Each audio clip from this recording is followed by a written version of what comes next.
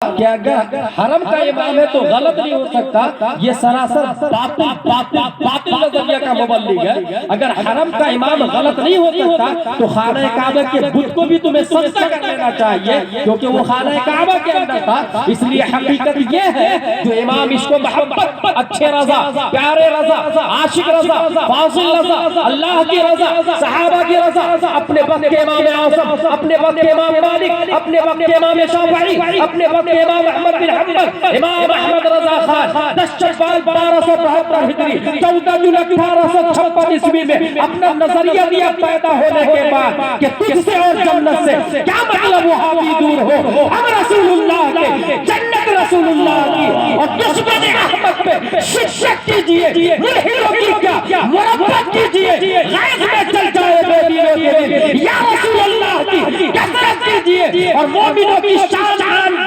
बताते हुए ये इरशाद फरमाया कि एक मर्द मोमिन सिर्फ अपने नबी से प्यार करता है, उसके अलावा फिर नहीं देखता है बाप है, दादा है, हरम का इमाम है, या मक्का का इमाम है, या मदीना का इमाम है, या जाने मस्जिद दिल्ली का इमाम है, बस वो इतना जानता है, उन्हें जाना, उन्हें माना, न रखा गैर से काम, लिल्लाहिल हम्द में दुनिया से मुसलमान गए। नारे तकबीर, नारे रिसालत, उलमाए अहले सुन्नत, मसलके आला हज़रत अल्लामा गुलाम गिलानी अज़हरी।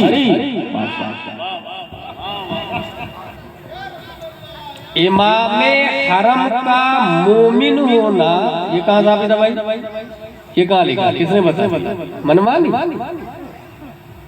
जिसका अकीदा अहले सुन्नत व जमात के खिलाफ हो, अगर वो जन्नत में है तो भगा दिया जाता है इब्लीस बना करके। तो ये तो यहाँ पर,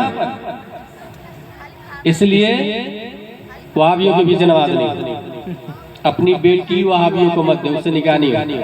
बेटी दे भी मत और ले भी, क्योंकि नबी ने कहा, फरमाया अय्युक़रिअहुमुल कुरान, कुरान पढ़ाना, व युअल्लिमुहुमुल इस्लाम, इस्लाम सिखाना, व युफ़क़्क़िहुहुम फिद्दीन। ये तीसरा सेंटेंस इसलिए आया है कि कुरान पढ़ने वाला और अपने आप को मुसलमान कहने वाला भी दीन समझ ले, कोई जरूरी नहीं। हरम का इमाम है मगर दीन नहीं समझा, इसलिए मोहम्मद बिन अब्दुल वहाब नजदी की तकलीद करता है, जो ये कहता है माज़अल्लाह के नबी से शफाअत तलब करना शिर्क, माज़अल्लाह। इसलिए नबी ने फरमाया व युफ़क़्क़िहुहुम फिद्दीन, दीन भी समझाइए। अब मुसअब बिन उमैर मौलाना साहब गए मदीना, सोचे कहाँ जाऊं, किसके घर पे जाऊं, कोई पता वता तो है नहीं। आमतौर से लोग चौराहे पर, झाड़ के नीचे, बीच में, समंदर बीच, जूहू चौपाटी, हर जगह कुछ न कुछ होता है, टाइम पास, गप्पे हाँकने के लिए। मदीना शरीफ में एक कुआं, वहाँ बहुत सारे लोग जमा होते थे और फखरिया शार का ना, मेरा बाप ऐसा था, मेरा दादा ऐसा था, टाइम पास क्या करते थे। वो सब बिन उमैर गए, मैं खड़े होकर शुरू कर तकरीर कर। धीरे धीरे लोग जमा होने लगे, बहुत अच्छी बातें कर रहे हैं यार ये, और बातें सुनकर लोग 1 2 3 4 भीड़ लगने लगे।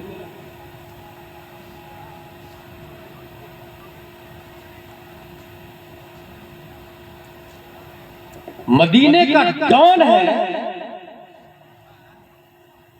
साद बिन मुआज़, उनको पता चला कि हमारे मोहल्ले में कोई आगे हमारे आदमी को बेवकूफ बना रहा। अपना नाइब उसैद बिन हुज़ैर को तलवार दिया, नेज़ा दिया, बर्ची दिया, ढाल दिया, जा उसकी गर्दन लेके आ, गर्दन उड़ा दे, सर लेकर मेरी बारगाह में।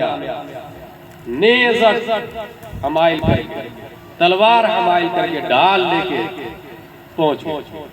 देखा मुसअब बिन उमैर तकरीर कर, कहां से आए तो हमारे कबीले वाले को बेवकूफ बना रहा, बंद कर, तेरी बात है। मुसअब बिन उमैर का जवाब देखिए, मौलाना साहब का कैसा जवाब देता है। अवतजलिस व तस्मा इन रदीत अमरन कबीलत व इन करिहत फअज़लना अन्का मा तकरह। क्या आप थोड़ी देर बैठ के मेरी बातें नहीं सुन सकते? अच्छी लगे तो कबूल कर लीजिएगा, अच्छी नहीं लगेगी तो मैं चला जाऊंगा। कितना अच्छा अंदाज। अवत तजलिस व तस्मा, ये जुमला सुन के वो काफिर कहता है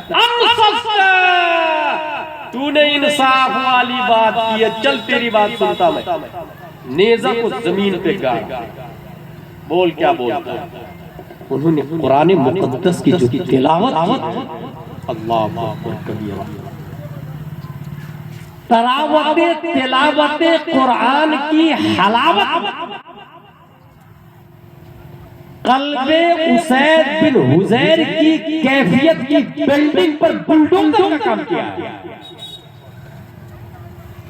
बजाय तलवार से गर्दन उतारने के नेज़ा उखाड़ा और पलट के अपने बादशाह, अपने लीडर मुआज के पास, हजरत मुझसे नहीं सुनने वाले, आप ही जाके समझा के। अब मुआज चले उसी कैफियत के साथ, वही जुमला, डॉन दादागिरी वाला जुमला बोला। उनको भी मुसाब बिन उमैर ने वही जवाब दिया, अवतजलिस व तस्मा इन गदीत अमरन कबिल तविन करे तफअल नान कमा तकवा। यहाँ से ये समझ में आ रहा है कि एक आलिम को दीन की तबलीग में बहुत नर्म मिजाज होना चाहिए और वक्त पड़े तो बहुत शदीद मिजाज भी होना चाहिए। प्यार मोहब्बत से पहले समझा है, लेकिन तैयार रहे कि आपके साथ कुछ भी हो सकता है, जान को हथेली पे लिए। अगर आप तारीख पढ़ेंगे तो पता चलेगा इस्लाम जब भी डूबने के करीब आया तो कोई आलिम दीन अपने सर को हथेली पे रख के या तो सर के साथ में इस्लाम को बचा लिया या सर दे के इस्लाम को बचाया। सर दे के इस्लाम को बचाया है तो वो अपने पक्का इमाम हुसैन बनता है।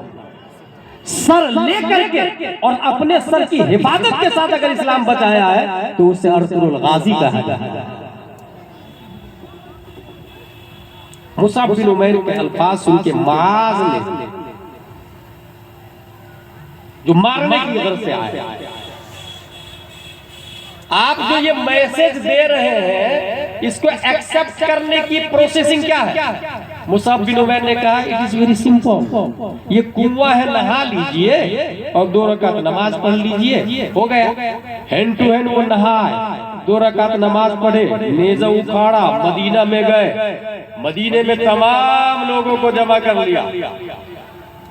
मदीने की औरतें, बच्चे, बूढ़े, नौजवान, मादा रायुकुम be, what are you thinking about me, my leadership, क्या ख्याल है मेरे बारे में तुम लोगों का? सबने कहा you are biggest person, you are biggest leader, आप बहुत अच्छे हैं, बहुत अफजल वाला, आपकी क़यादत और सरपरस्ती में कोई आंख उठाकर भी हमें नहीं देखता है। तब मुआज ने कहा सुनो, कोई बूढ़ा, कोई मर्द, कोई औरत, कोई जवान, कोई बच्चा, मैं उस वक्त तक बात नहीं करूंगा जब तक मुसाब बिन उमैर के लाए हुए पैगाम को कबूल नहीं कर लेते हो। कभी आपकी मेमोरी में ये बात क्लिक करती है कि नबी जब मदीना शरीफ गए थे तो मदीना के लोग खजूर पर चढ़, खजूर के झाड़ पे चढ़, घरों की छत पे चढ़ और शाहराह आम्मा रोड के किनारे आकर इंतजार कर रहे थे कि नबी आने वाले। और ये उस वक्त की बात है जब अबू जहल नबी को मर्डर करने के लिए काफिला दौड़ा चुका था। नबी मक्का शरीफ छोड़ रहे, अबू जहल की टीम मारना चाह रही और मदीना शरीफ वाले गांव छोड़ के, शहर छोड़ के मदीना शरीफ बाहर इंतजार कर रहे और सब सोच रहे कि पहले मैं देखूं, पहले मैं देखूं। इसलिए दूर झाड़ पे जाके, कोई मदीना शरीफ के सबसे ऊंचे झाड़ पे जाके जब बहुत दूर से नजर आ गए तो सबने कहा तलअल बद्रु अलैना मिन सनियातिल वदाई वजब शुक्र अलैना मा दआ लिल्लाहि दाई। तारीख का मंजर देखें, मक्का की अबू जहल की टीम भगा रही है मगर मदीने वाले वेलकम और इस्तकबाल कर रहे हैं। अपनी आंखों को, पलकों को, दिलों को रास्ता में बिछा दिया है। या रसूल अल्लाह, दिल ये जिगर है, आंखें ये सर है, या रसूल अल्लाह मेरे घर तशरीफ लाइए, मेरे घर तशरीफ लाइए। हर सहाबी मुंतजिर है नबी हमारे यहाँ कदम रख दे। हमारे घर की मेराज है, दस्तरखान की मेराज है, बच्चों की मेराज है, बीवी की मेराज है। अबू जहल की टीम मारना चाह रही है मगर वो बर्बाद है, आज तक उस पर लानत है। क़यामत तक अबू जहल एंड कंपनी पर लानत बरसती रहेगी। मगर जिस मुक़द्दस सहाबा ने नबी की राहों में आंखों को बिछाया है वो उस वक्त भी जिंदा थे, आज भी जिंदा है और क़यामत तक जिंदा रहेंगे। बल्कि गुलाम जिलानी अज़हरी अपनी जिम्मेदारी से बोलता है कि वो सहाबा जिन्होंने नबी का वेलकम किया, इस्तेक़बाल किया, आज नहीं क़यामत तक करोड़ों गौस, मुजद्दिद, अब्दाल, औताद, अफराद, औलिया, उलमा, फुक़हा, औलिया मिलकर के उन सहाबी में से किसी एक सहाबी का मुकाबला नहीं कर सकते।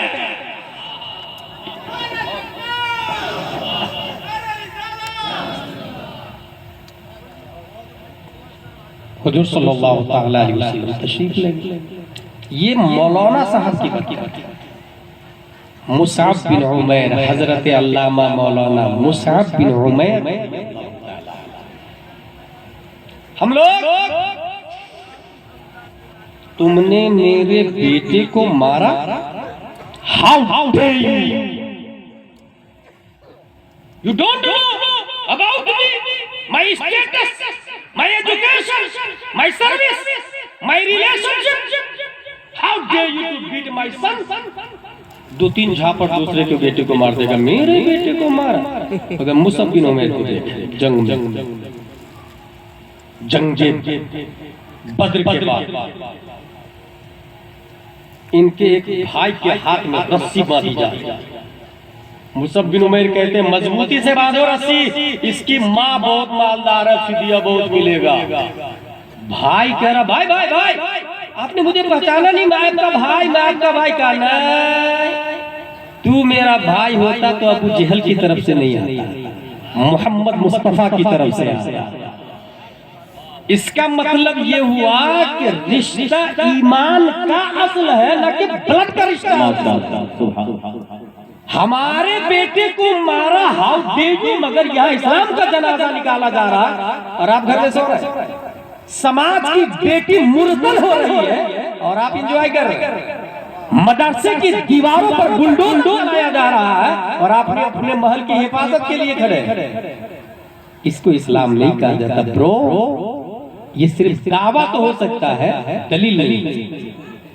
मुसअब बिन उमैर कहते मजबूती से बांधे, इसकी माँ बहुत मालदार है, तू मेरा भाई नहीं हो सकता क्योंकि नबी की तरफ से नहीं आया। ऐसे ही एक और शख्स, बेटा जंगे बद्र में अपने बाप को सामने देख करके तलवार से गर्दन को उड़ाना चाह रहा था। बाप नबी की तरफ से और बेटा अबू जहल की तरफ से गर्दन पे तलवार ले जाना चाह रहा था, मगर ख्याल आया यार बाप है, छोड़ देता हूं, छोड़ दे। बाद में इस्लाम कुछ समझ में आ गया, वो इस्लाम लिया। इस्लाम लाने के बाद कहते अब्बू अब्बू जंगे बद्र में आप मेरी तलवार की जद में आ गए थे, मगर बाप होने की वजह से छोड़ दिया। बाप ने कहा सुन, अगर तू मेरी तलवार की जद में आता तो खुदा की कसम गद्दार मुस्तफा होने की बुनियाद पर तुम्हारी गर्दन उड़ा देता हूं। जानते हो इस आदमी का नाम क्या है? हजरत अबू बकर सिद्दीक रज़ियल्लाहु ताला अन्हु। मैं तकरीर आप कहाँ कर रहा हूँ, मैं तो दो मौलाना साहब की बात कर रहा हूँ। यही मुसअब बिन उमैर, हम में कोई लखपति होगा, कोई करोड़पति होगा, कोई हजारपति होगा। मुसअब बिन उमैर रज़ियल्लाहु ताला अन्हु के पास इस्लाम से पहले रेशमी कपड़े रईस मक्का में शुमार था, मगर इस्लाम लाने के बाद 3 साल तक शैब अबी तालिब में बकरी की खाल पहन के जिंदगी गुजारी, बकरी की खाल। उसके बाद जिंदगी भर एक चादर में रहे। जंगे उहद में जब शहीद हो गए तो सहाबा ने उन्हीं के कपड़े में, उन्हीं की चादर में कफन बनाकर चादर को दफन जब कर रहे थे तो कफन का कपड़ा छोटा हो गया और किसी के पास इतने पैसे भी नहीं है कि दूसरा कफन ला, दूसरी चादर दे। सहाबा किराम कहते हैं या रसूल अल्लाह, वो उनकी चादर थी, उन्हीं को कफन बना दिया है, मगर वो कफन भी छोटा हुआ। सर को ढाकता हूँ तो पाँव खुल जाता है, पाँव को ढाकता हूँ तो सर खुल जाता है। या रसूल अल्लाह क्या करें? हुजूर सल्लल्लाहु अलैहि वसल्लम रोने और फरमाया मेरे दोस्त के सर को ढाक दो और पाँव के ऊपर घास रख दो, घास रख दो।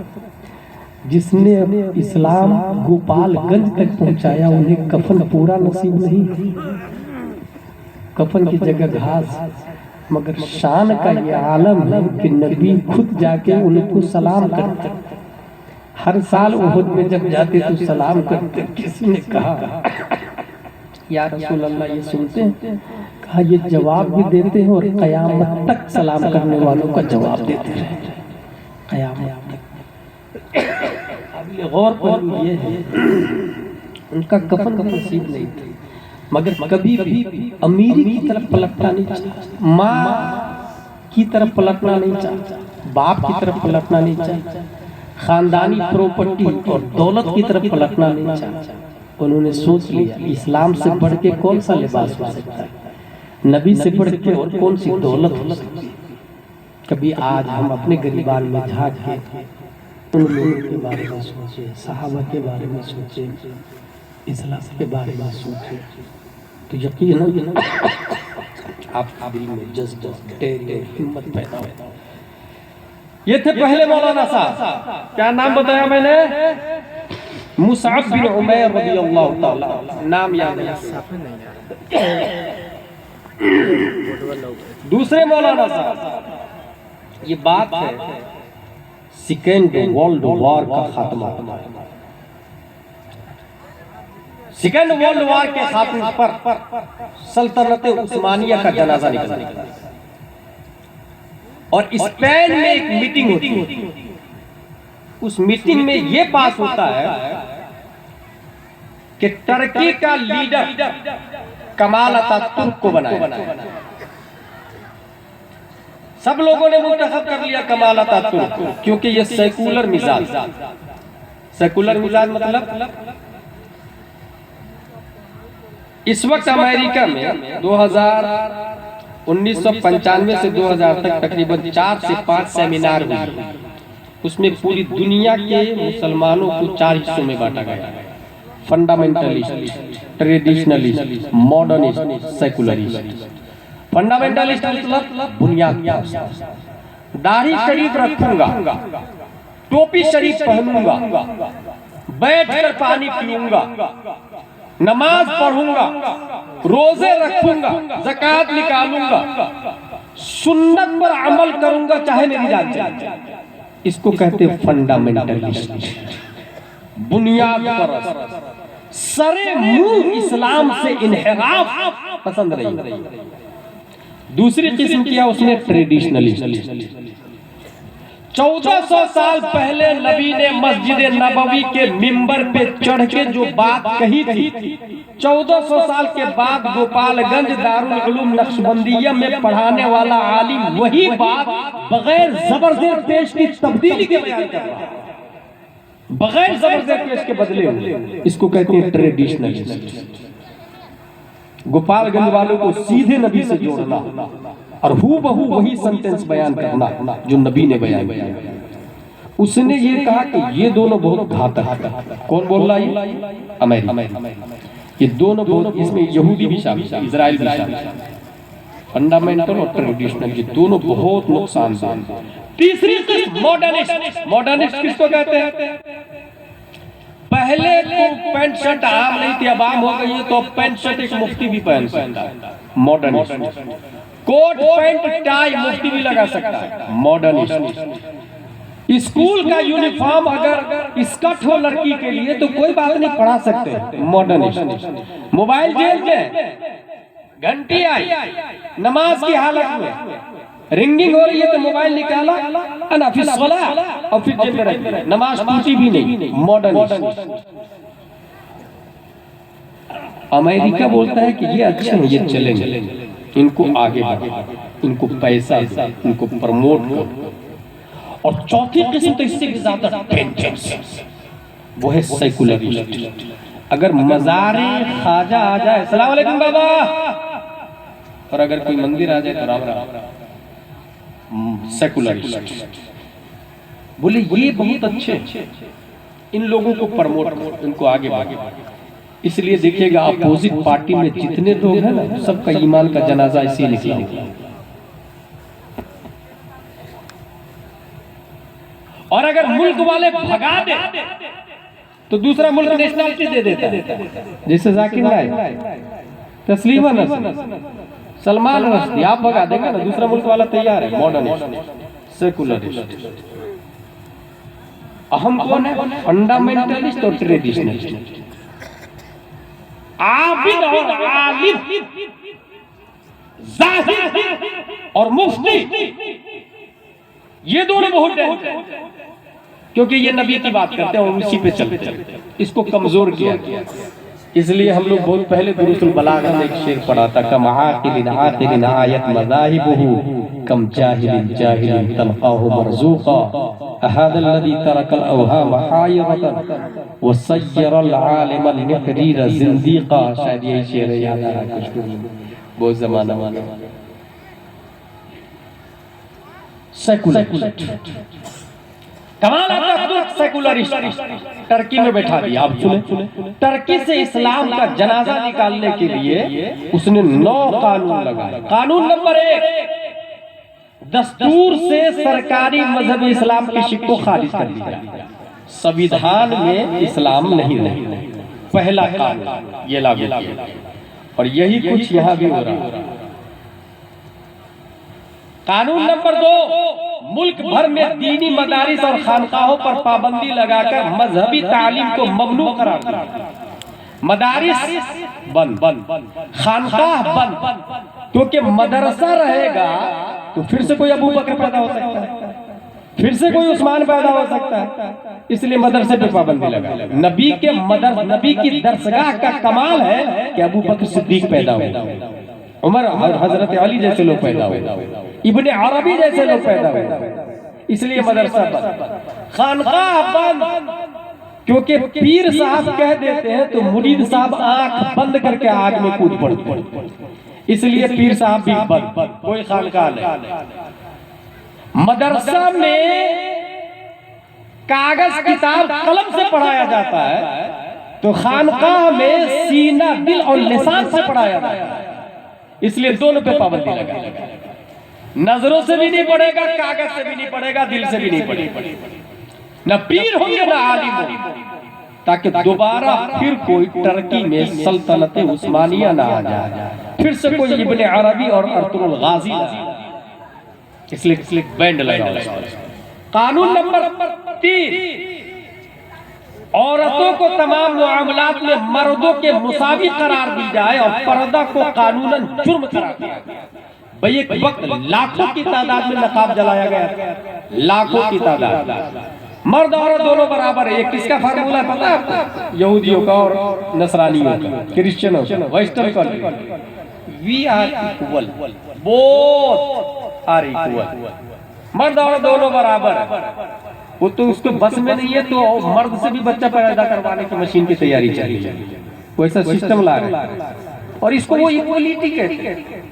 पहले मर्द कमाते थे, औरत घर में रहती थी, अब औरत कमाएगी, मर्द घर में रहेगा, मर्द घर में रहेगा।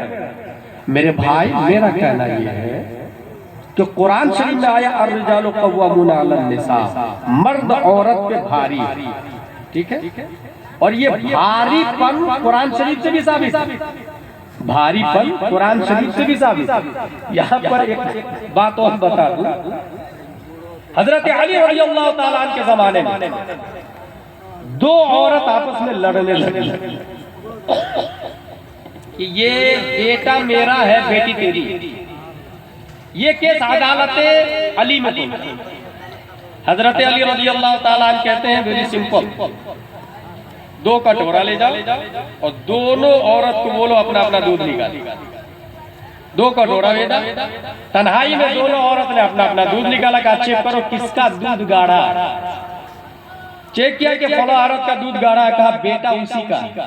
कहा दलील का कुरान में आया रिजालु कव्वामूना अलन निसा, जब मर्द भारी है औरत पर तो मर्द की गिज़ा भी भारी होगी औरत की गिज़ा। फैसला सुना दिया और ठक ठक हजरत अली निकाह जब हम लोग गोपालगंज में करते हैं तो मौलाना साहब दारुल उलूम नक्शबंदिया के ये पढ़ाते हैं, फला लड़की, बाप का नाम ये, रहने वाली यहाँ की, दैन महर 50,500, 50,786, सिक्के राइजुल वक्त अलावा नानो नफ्का के। आपने कबूल किया, मैंने कबूल किया, मैंने कबूल किया, मैंने कबूल किया, हो गया निकाह। ये जो 2 बार बोला ना, मैंने कबूल किया, मैंने कबूल किया, बाद में वो तो ताकीद है। पहली बार बोला ना मैंने कबूल किया, तभी निकाह हो जाए। और मैंने कबूल किया इतना कहा कि बीवी का उसी वक्त से खाना पीना, कपड़ा, मकान, पानी, मेकअप सब मर्द पे वाजिब, सब मर्द पे वाजिब। यही मैं एक बात और कहता हूँ कि जो शख्स अपने बेटे की शादी में 5 लाख रुपया की डिमांड किया है, तो निकाह में वो ये कहा है अलावा नानो नफ्का, तो 5 लाख तो बीवी के घर से लेकर के आया, तो 5 साल की कमाई तो लेके आया, तो 5 साल का नानो नफ्का तो बीवी का कह रहा, तो फिर अलावा नानो नफ्का के निकाह में झूठ बोल रहा। 5 साल की कमाई तो बीवी के घर से लाया, तो निकाह में ये न कहे अलावा नानो नफ्का के, बल्कि ये कहे 5 साल तक नानो नफ्का बीवी का, 5 साल के बाद अलावा नानो नफ्का के मैंने कबूल किया। इसका मतलब निकाह में वो झूठ बोल के निकाह कबूल कर रहा, और झूठी की नहूसत हो रही है जो आप देख रहे हैं। इसलिए इस्लाम का सिस्टम है कि मर्द औरत में भारी है, तूफान आंधी पसीना मर्द बहाएगा, खून मर्द बहाएगा, सूरज की तपिश का मुकाबला मर्द करेगा, आंधी की सट पे मर्द आएगा, तूफानों से मर्द टकराएगा, समंदर की छाती से अपनी हुकूमत का सिक्का मर्द वसूल करेगा, नदी के रुख का मुकाबला मर्द करेगा। मर्द कमा करके लाए, औरत को खिलाए, औरत घर की जीनत है, औरत पर्दे में रहे। अगर मर्द बाहर मुकाबला करके हलाल कमाई कमा कर घर में लाके दे और औरत बच्चों की अच्छी परवरिश करे, तो ऐसी ही औरत को कनीज़े फातिमातुज़ ज़हरा कहा जाता है। और ऐसी औरत की गोद में पलने वाला बच्चा कहीं वक्त का शब्बीर होता है, कहीं वक्त का अहमद रज़ा खान। सुभान अल्लाह। इसलिए मेरे भाई, पैसा मांगना शादी में ये मर्द नहीं, नामर्दानगी है। नजरसानी करे अपने निकाह के अल्फाज पर। आप दे पैसा लड़की को, दैन महर का पैसा आप दे, 10,000, 20,000, 50,000, 1 लाख, 2 लाख, 10 लाख दैन महर आप पे देना वाजिब, क्योंकि लड़की आप ला रहे हैं। आप पे दैन महर देना वाजिब है, वाजिब फर्ज, वाजिब बमाना फर्ज बोल रहा हूं। कद अलिमना मा फरदना अलैहिम मिन अज़वाजिहिम, कुरान शरीफ में आया भी मर्द महर की बहस में शरीफ में काया हो गया। इसलिए ये मर्द औरत दोनों बराबर है, दोनों जॉब करेंगे, दोनों कमाएंगे। ये वेस्टर्न कंट्री की तहजीब है। अपने लोग, बहुत सारे ऐसे लोग हैं जो अपने बेटे का रिश्ता ऐसी लड़की से करना चाहते हैं जो जॉब करती है। ला हौला वला कुव्वता इल्ला बिल्लाह। पहले ही अपने बेटे को नामर्द बना। जॉब वाली से हरगिज नहीं, जींस पैंट टी शर्ट वाली से हरगिज नहीं, नकाब वाली से। अनवारे शरीयत पढ़ी है कि नहीं पढ़ी है, कानून शरीयत पढ़ी है कि नहीं पढ़ी, बाहर शरीयत पढ़ी है कि नहीं पढ़ी। क्योंकि तारीख इस्लाम में कभी भी कोई शरिया जिन्स वाली के पेट से नहीं पैदा हुआ, नकाब वाली के पेट से पैदा हुआ। जब औरत नकाब पहनती है तब मुजाहिदे मिल्लत पैदा होते हैं। जब औरत नकाब पहनती है तब मुफ्ती आज़म पैदा होते हैं, तब ख्वाजा मुज़फ़्फ़र जैसे लोग पैदा होते हैं, तब अल्लामा अरशद जैसे लोग पैदा होते हैं, तब मुफ्ती आज़म और अल्लामा ज़ियाउल मुस्तफ़ा मुहद्दिस कबीर जैसे लोग पैदा होते हैं। ये फैक्ट। तो ये जो कानून नंबर 3 है, औरतों को तमाम मामलात में मर्दों के बराबर, वेस्टर्न कंट्री। टर्की में सल्तनत इस्लामिया का खात्मा, इस्लाम मुकम्मल खत्म हो जाना चाहिए। कानून नंबर 4, यूरोपीय लिबास पहनना और नंगे सर रहना जरूरी, यानी पैंट शर्ट पहनेंगे, कुर्ता पजामा कोई नहीं पहनेगा, टोपी कोई नहीं पहनेगा। कानून नंबर 5, पीरी मुरीदी ममनू करार दी जाए, मज़ारों पर कोई नहीं जाएगा, दुआ कोई नहीं मांगेगा। क्योंकि ये यहूदियों को भी पता है कि मज़ार के जो अंदर है, मज़ार के बाहर वाले से ज्यादा पावरफुल है। मज़ार के जो अंदर है ये बाहर वाले से ज्यादा पावरफुल है, जैसे ख्वाजा गरीब नवाज।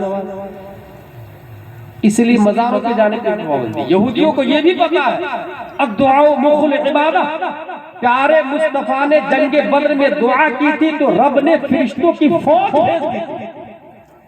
वो रब आज भी है और दुआ कबूल करके फरिश्तों की फौज उतार सकता है, इसलिए दुआ भी कोई नहीं मांगेगा।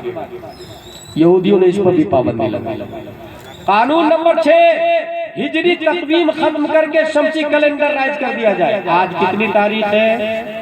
20, 21 के रात, ठीक है, फरवरी। इस्लामिक तारीख क्या है?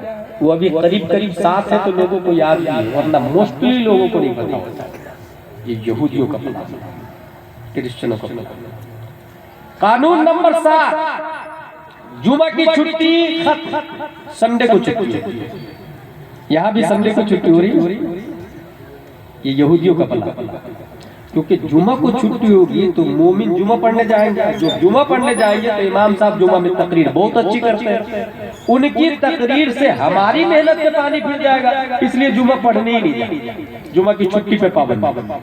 और अगर बाप पर भी ले तो बच्चे स्कूल जाएंगे तो बच्चे को छुट्टी मत दो ताकि जुमा नहीं पढ़े। मैं एक बात बताऊं, मैंने अपने बेटे को ऐसी ट्रेनिंग दी है कि वो अभी 4th क्लास में है, और इमाम साहब आके घर पे पढ़ाते हैं, अल्हम्दुलिल्लाह माकूल तनख्वाह देता हूँ, मगर खुद से मेरा बेटा ये कहता है कि मैं जुमा को अब्बू स्कूल नहीं जाऊंगा। मैं कहा क्यों नहीं जाएगा? बोले मुझे जुमा की नमाज पढ़नी है। मैंने कहा वेरी गुड, तू 10 क्लास की जगह 8 क्लास पढ़ेगा चलेगा, लेकिन निजाम मुस्तफा खत्म नहीं होना चाहिए। निजाम मुस्तफा का तहफ्फुज़ रहना चाहिए। मेरे भाई साहब, अकीदा that is important, not education important. अकीदा इम्पोर्टेंट है ना भाई, और वो एजुकेशन जो अकीदे को डैमेज कर दे वो एजुकेशन नहीं, लिटरेसी, वो एजुकेशन ही नहीं, जहालत है। और ये मैं नहीं बोल रहा, शेख सादी बोलते हैं, बजुज यादे दोस्त हरचे कुनी उम्र जायस, बजुज सिर इश्क हरचे बिखानी बितालत, सादी बुशु लौहे दिल अज नक्श गैर हक, इल्मे के राह हक न नुमायत जहालत। जो इल्म हक का रास्ता न बताए वो इल्म ही नहीं, जहालत है। ये कानून किसका है? संडे की छुट्टी यहूदियों। और आगे अरबी जुबान में कुरान की इशाअत पे पाबंदी। कुरान अरबी में नहीं छपे, टर्की में छपे। अभी कुछ लोग यहाँ बैठे हुए हैं, उनको कहिए कि भाई आप अरबी पढ़ लीजिए ना, तो जानते हो क्या कहते हैं? इंग्लिश में भी कुरान है ना। I can understand English language, I can read Holi Quran in English language. मैं इंग्लिश में पढ़ता हूँ ना, इंग्लिश में कुरान अवेलेबल है, इसलिए मसला याद रखें, इंग्लिश में कुरान छापना ही हराम। इंग्लिश में कुरान छापना हराम और पढ़ना भी हराम, क्योंकि कुरान इंग्लिश में पढ़ेगा तो प्रोनाउंस सही नहीं करेगा। अब आप कहेंगे छापा क्यों भाई? बिजनेस, उस पे हमारा कंट्रोल नहीं, और नहीं आपके पढ़ने पे हमारा कंट्रोल। हम सिर्फ इस काबिल है कि आप बता सकते हैं आप कि ये हराम है, ये हलाल। दारुल उलूम नक्शबंदिया की ये जिम्मेदारी है कि हलाल और हराम की तमीज बताए, अमल करना वो आपकी जिम्मेदारी। हम बता सकते हैं कि ये हराम है, ये हलाल। बाकी घर में कितनी हरामखोरी, कितनी हरामकारी कर रहे हैं, ये हमारी जिम्मेदारी नहीं जाके हम देखते। और नहीं, इट इज नॉट इस्लामिक। इसलिए अरबी लैंग्वेज में कुरान पढ़े, इंग्लिश में कुरान, हिंदी में कुरान नहीं, जायज नहीं। गैर रस्मे उस्मानी में अरबी में लिखना जायज नहीं है, एक ही रस्म में लिखना जायज। रस्मे उस्मानी वाजिब है कुरान शरीफ उसमें लिखना, जबकि अरबी लिखने के 8 तरीके आते हैं। खत्ते रोका है, खत्ते कूफी है, खत्ते उस्मानी है, वगैरह वगैरह। लेकिन सिर्फ एक रस्मुल खत में कुरान का लिखना वाजिब, वो है रस्म उस्मानी। जब खुद दूसरे रस्म अरबी में लिखना जायज नहीं, तो इंग्लिश में कहां से जायज हो जाए, हिंदी में कहां से जायज हो जाए? अब ये प्रेस वाले बिजनेस के लिए छापते हैं, तो आप उसको दलील नहीं बनाए। दलील इसलिए मैं कहता हूँ कि सिर्फ उलमा दलील है, बिजनेसमैन दलील नहीं हो सकते, ताजिर दलील नहीं हो सकते, प्रेस वाले दलील नहीं हो सकते। कुरान कानून नंबर 8 कुरान अरबी में छापा।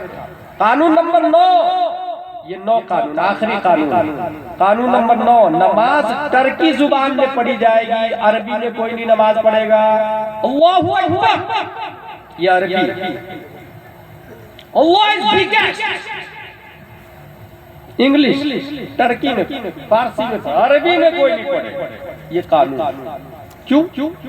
इसलिए कि उसको पता है कि नमाज अरबी में छोड़ के इंग्लिश में आएगी या टर्की में आएगी तो नमाज नमाज ही नहीं रहेगी, और जब नमाज नमाज नहीं रहेगी तो फिर मोमिन का ईमान भी डैमेज हो जाएगा।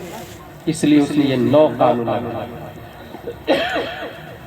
ये 9 कानून नाफिज। टर्की में दूर दूर तक कोई मदरसा चल नहीं रहा, आजान बंद, खानकाहों में ताले लगा दिए गए, नकाब कोई औरत पहन के मार्केट में नहीं जा रही, बगैर नकाब के औरतें घूम रही है, कागज कलम अरबी उर्दू किताब लेकर के कोई मार्केट में दिख नहीं सकता अरबी किताब लेकर। ये पूरे कानून पर कमाल अतातुर्क फौज लगा दिया। इस 9 कानून की मुखालफत कोई करे तो फौरन अरेस्ट करो, कैद में डाल दो, जिंदान में डाल दो, नहीं मारे तो शूट आउट, उसे खत्म करो। अब सोचे ऐसे माहौल में इस्लाम का क्या होगा। कुफ्र पर मशीयत को जला लाता रब्बे कदीर। ऐसे माहौल में उसी टर्की की धरती पर शेख महमूद आफंदी को पैदा फरमाता। शेख महमूद आफंदी की माँ भी पढ़ी लिखी है, बाप भी पढ़ा लिखा है, वो मर्द कलंदर, माँ से पढ़ाई करता, बाप से पढ़ाई करता, हाफिज बनता है, आलिम बनता है। उसके बाद टर्की के गलियों में फिरता है, लोगों की दहलीज पर जाता है, भाई भाई अपना एक बच्चा दीजिए, मैं उसको आलिम बनाऊंगा। लोगों ने कहा नहीं नहीं, फौज ढूंढ रही है, पुलिस तलाश रही है, हमारे बच्चों को गोली मार देंगे। वो आलिम मायूस नहीं हुआ, दूसरी दहलीज पर गया, तीसरी दहलीज पर गया, बड़ी मुश्किल से 10 से 15 लोग तैयार हुए। लीजिए हजरत, मेरा बेटा ले जाइए हाफिज बना दीजिए, मेरा बेटा ले जाइए कारी बना दीजिए, मेरा बेटा ले जाइए आलिम बना दीजिए। शेख महमूद आफंदी, ये दूसरे मौलाना साहब का जिक्र मैं कर रहा हूँ। ये 15 बच्चों को तकरीबन लेकर के खेत में गए और बच्चों से कहा, बच्चों सुनो, कमाल अतातुर्क की फौज आएगी तो तुम सब खेती करने लग जाना ताकि वो गोली से तुम्हें उड़ा न दे, और जब फौज चली जाए तो जैसा मैं बोलूं वैसा बोलना। लोगों ने कहा ठीक है हजरत। फौज आती, काम करने लग जाते, और फौज चली जाती, तब शेख महमूद आफंदी पढ़ाते। कागज पे पाबंदी है, कलम पे पाबंदी है, तख्ती नहीं है, लौह नहीं है, शेख महमूद आफंदी उंगली के इशारे से पढ़ाते हैं। बच्चों, अलिफ ऐसा होता है, बा ऐसा होता है, उसके नीचे एक नुक्ता होता है, ता भी ऐसा ही होता, उसके ऊपर 2 नुक्ते लगे हुए होते हैं, नून भी ऐसा होता है थोड़ा सा राउंड में, बीच में एक नुक्ता होता है। बच्चों, वुजू के अंदर 4 फराइज है, चेहरा धोना, हाथ धोना, मसा करना, पाँव धोना। बच्चों, गुस्ल के अंदर 3 फराइज है, कुल्ली करना, नाक साफ करना, पूरे बदन पे पानी बहाना। बच्चों, इस्लाम की बुनियाद 5 चीजों पर है, तौहीद, नमाज, रोजा, ज़कात, हज। यही नहीं बल्कि दर्स निज़ामी भी उंगलियों के इशारे से पढ़ाना शुरू किया। बच्चों, हुरूफ मुशब्बा बिल फ़िल 6 है, इन्ना अन्ना का अन्ना लाकिन्ना लैता अल्लाह। बच्चों, हुरूफ 4 17 है, बाओ ताओ काफो लामो वाओ मुंजो मुज़ला रुब्बा आशा अला दाफी मिन इलाह ताला। यहाँ तक के तारीख दानों ने लिखा है, रब्बे कदीर ने दर्स निज़ामी उलूम मुस्तफा को शेख महमूद आफंदी की उंगलियों पे रख दिया था। उंगलियों के इशारे से वो अलिफ से लेकर या भी पढ़ा रहे थे, कुरान भी पढ़ा रहे थे, अरबी भी पढ़ा रहे थे, वुजू का तरीका बना रहे थे, आलिम बनना सिखा रहे थे, निज़ाम मुस्तफा का सिस्टम सिखा रहे थे। और उन्हीं बच्चों में से एक बच्चा रजब तैयब अर्दोगान बनकर दुनिया की छाती पर उभरता है, जो इजराइल ही नहीं, अक़वाम मुत्तहिदा की कुर्सी पर बैठकर फिलिस्तीन के जुल्म करने वाले इजराइल के प्रेसिडेंट की आंखों में आके डाल के, बुश की आंखों में आके डाल के, जो बाइडेन की आंखों में आके डाल के बोलता है तू बातिल है, तेरा नजरिया बातिल है, तेरा सिस्टम बातिल है, इस्लाम हक पर है, फिलिस्तीन के मुसलमान मजलूम है और हमें तुम्हारी जरूरत नहीं है। हस्बुनल्लाहु व निअमल वकील, निअमल मौला व निअमल नसीर। गोया शेख महमूद आफंदी एक तरफ उस कुफ्र शिर्क के माहौल में, जुल्म तशद्दुद के माहौल में उंगलियों के इशारे से बच्चों को आलिम बना रहे थे, तो दूसरी तरफ रजब तैयब अर्दोगान की शक्ल में ये मिसाल दे रहे थे कि मर्द हक बातिल के आगे मार खा सकता नहीं, सर झुका सकता है लेकिन सर झुका सकता है। नारे तकबीर, नारे रिसालत, उलमाए अहले सुन्नत, हजरत अल्लामा गुलाम गिलानी साहब अज़हरी, माशाअल्लाह, सुभान अल्लाह। बहुत ये 2 मौलाना साहब की बात मैंने आपसे बताई। अपनी जान को हथेली पर लेकर दीन को हम तक पहुंचाया। इसलिए मेरा कहना यह है कि अपने घर की टाइल्स बदलते हैं। रसूलुल्लाह का घर मदरसा है, एक बार जरा वहां की टाइल्स की भी खबर लो। अपने घर का दरवाजा कलर करते हैं।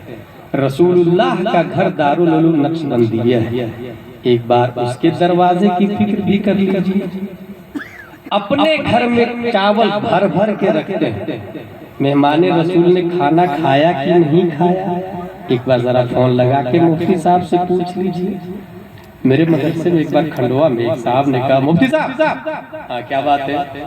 बोले वो शादी थी और 2 देख खाना बच गया है, मदरसे में भेज दो। मैंने कहा दोबारा फोन भी मत लगा, बचने के बाद तुमको मदरसा याद आया। और यकीन हो दोबारा लगाया नहीं डर के बाद। भाई मेहमान रसूल अब बचा हुआ खाना तुमको मदरसे के बच्चे मेहमान रसूल समझ में आ रहे हैं। ये सोच कहाँ गई हम लोगों की सोच? कितना लो स्टैंडर्ड हो गया, कितनी खराब सोच हो गई जो मुसलमानों, कितनी खराब सोच। ये देखिए बुखारी शरीफ, ये किन की किताब? हुजूर सल्लल्लाहु अलैहि वसल्लम की किताब कहा जाता है। ख्वाब में खुद हुजूर सल्लल्लाहु अलैहि वसल्लम किसी की ख्वाब में आए थे, बोले तुम मेरी किताब क्यों नहीं पढ़ी? कहा या रसूल अल्लाह आपकी कौन सी किताब है? कहा अबू अब्दुल्लाह मोहम्मद बिन इस्माइल की बुखारी शरीफ। बहुत बड़ी बात, बुखारी शरीफ जिस कश्ती में हो वो कश्ती डूबती भी नहीं। 5 लाख से ज्यादा हदीस, 6 लाख तकरीबन याद थी इमाम बुखारी, मगर उनको पता चलता ये आदमी से जो हदीस में लिया हूँ, ये आदमी जिंदगी में 1-2 बार झूठ भी बोला है, उस हदीस को साइड में रख देते। इस तरह करते करते 6 लाख में से बगैर तकरार के सिर्फ 2500 के आसपास हदीस लिखी है, बस सिर्फ 2500 बगैर तकरार तकरीबन। यह है बुखारी शरीफ। इसके अंदर एक हदीस आई है, वो हदीस बहुत मशहूर है, आपने भी सुनी होगी। और कभी कभी क्या होता है, बात बहुत पुरानी होती है और अपना इस्लाम पुराना ही है, इसलिए इस्लाम। अगर नया है तो फिर इस्लाम नहीं हो, तो फिर देवबंदी है।